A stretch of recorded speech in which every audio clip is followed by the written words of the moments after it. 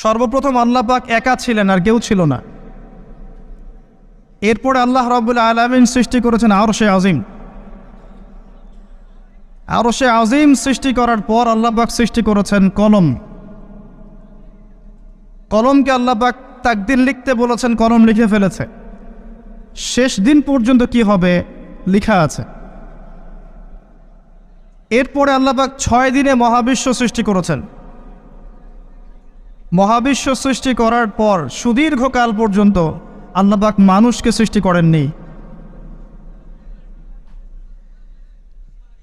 অনেক পরে আল্লাহ রাব্বুল আলামিন মানুষকে সৃষ্টি করেছেন।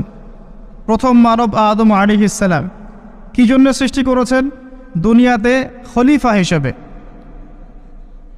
খলিফাকে যে আল্লাহ পাকের বিধান অনুযায়ী বিচার ফয়সালা করে, খলিফা করে পাঠিয়েছে। সূরা বাকারা পড়েন। খলিফাকে, খলিফা আরো একজনকে বলা হয়েছে দাউদ আলাইহিস সালাম।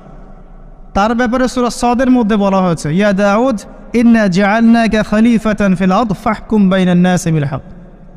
হে দাউদ, আমি তোমাকে খলিফা করেছি পৃথিবীতে, মানুষের মাঝে হকের মানদণ্ডে বিচার ফয়সালা করো, এটাই তোমার কাজ। ওয়ালা তাত্তাবিল হাওয়া, প্রবৃত্তির অনুসরণ করো না।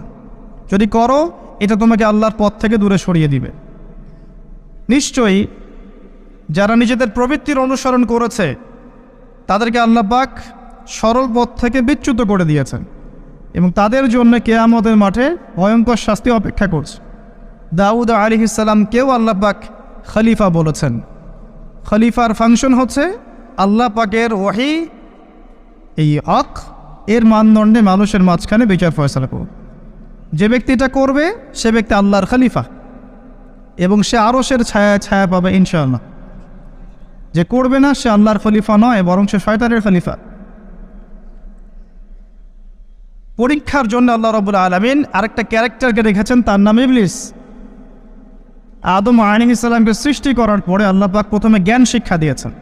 ওয়া আল্লামা আদামাল আসমাআ কুল্লাহা, সমস্ত নাম আমি আদমকে শিক্ষা দিয়েছিলাম। আদম আলাইহিস সালাম এই মহাবিশ্বের সবচেয়ে জ্ঞানী মানুষ।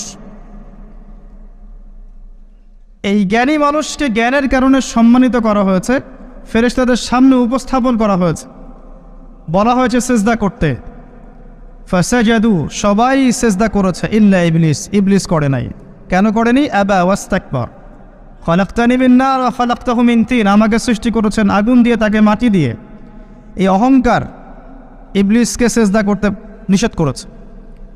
এখানে আমাদের জন্য শিক্ষা আছে যে আমরাও যদি অহংকারী হই, আমাদের জ্ঞান যদি আমাদেরকে অহংকারী বানায়, তাহলে